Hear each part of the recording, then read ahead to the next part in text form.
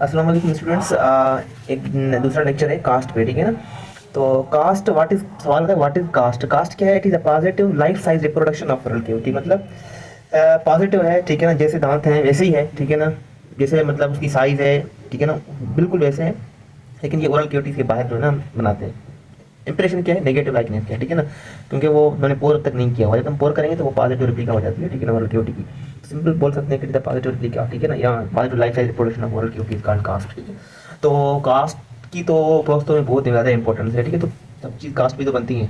Number parts of the cast, ठीक है। तो पार्ट ऑफ द कास्ट, एक तो उसकी बेस होती है, ठीक है ना, आपको फिगर में क्लियर करवाता हूँ उसकी बेस।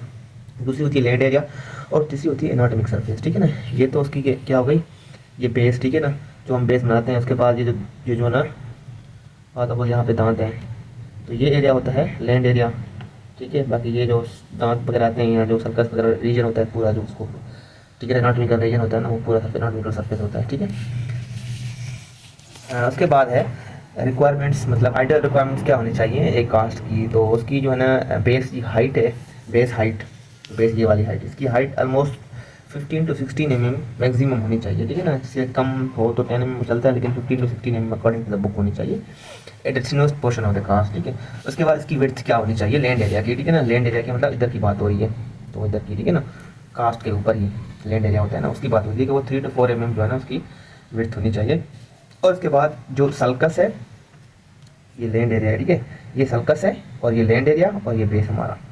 तो सल्कस से लैंड एरिया तक जो डिस्टेंस होनी चाहिए वो ऑलमोस्ट 3 to 4 होनी चाहिए। वो कैसे होगी हमारी, वो हम जब इंप्रेशन अच्छे से रिकॉर्ड करेंगे तो सल्कस की डेप्थ अच्छी आएगी, डेप्थ अच्छी आएगी तो हमारा जो है ना रिक्वायरमेंट्स पूरी हो जाएगी। कुछ चीज़ें इंप्रेशन में भी डिपेंड करती है ना। उसके बाद है types of cast. There are 4 types of cast, mainly तो 3 होते हैं, लेकिन 4 भी जो है ना कभी कभी चलता है। तो नंबर 1 है diagnostic cast, number 3 master cast, number 3 refractory cast, number 4 है रिमोट कास्ट, ठीक है। तो इसमें जो है ना बेसिकली आ जाते हैं, बहुत ज़्यादा इंपॉर्टेंट है। पहले डायग्नोस्टिक कास्ट। डायग्नोस्टिक कास्ट क्या होती है कि ये वो कास्ट है जो नॉर्मली हम बनाते हैं स्टडी के लिए या ट्रीटमेंट प्लानिंग के लिए, ठीक है ना। तो वो होती है डायग्नोस्टिक कास्ट, ठीक है। या ये जो बनती है हम डेंटल प्लास्टर से जो है ना नॉर्मली पोर करते हैं डायग्नोस्टिक कास्ट को, सिर्फ स्टडी प्लस ट्रीटमेंट करने के लिए। दूसरी होती है जो इनिशियली प्रीलिमिनरी इंप्रेशन लेते हैं ना, तो जो फर्स्ट कास्ट बनती है ना उसको हम डायग्नोस्टिक कास्ट बोलते हैं। उसके बाद है मास्टर कास्ट, जो हमारे अगर पोस्तों की बात करें तो वॉश इंप्रेशन के बाद जो बनती है ना उसको बोलते हैं हम मास्टर कास्ट। ये जो है ना डेंटल रेस्टोरेशन या प्रोस्थेसिस हमें बनाना होता है ना, तो ये कास्ट बहुत ज़्यादा इंपॉर्टेंट है, उसको बोलते हैं मास्टर कास्ट। इसकी हम पोरिंग जो करते हैं वो डेंटल स्टोन से करते हैं, क्योंकि ज़्यादा इंपॉर्टेंट है। और सपोज एफपीडी के इंप्रेशन वगैरह लेते हैं तो डेंटल स्टोन से जो है ना अच्छे से पोर करते हैं।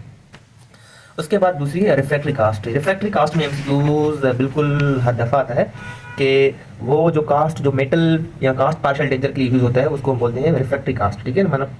तो ये जो है ना बनती कौन सा टाइप 5 जिप्सम से, ठीक है ना। इसमें जो प्रॉपर्टी कौन सी थी, हाई स्ट्रेंथ हाई एक्सपेंशन, ठीक है।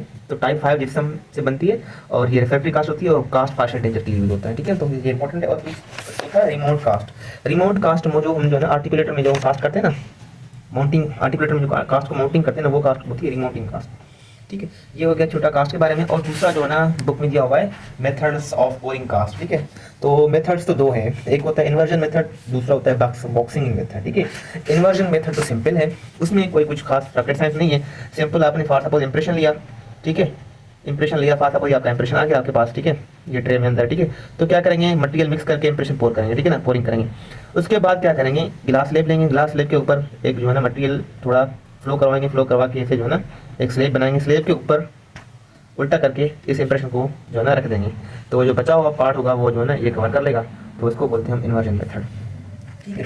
जो नॉर्मली हम सिकोपेडी में यही सिखाते हैं। दूसरी होती है बॉक्सिंग इन मेथड। बॉक्सिंग इन मेथड जो है ना वो पेरीफ्रीज वगैरह को या सर्कस को रिकॉर्ड जो है ना वो अच्छे से आ जाता है, तो बॉक्सिंग इन यूज़ होता है।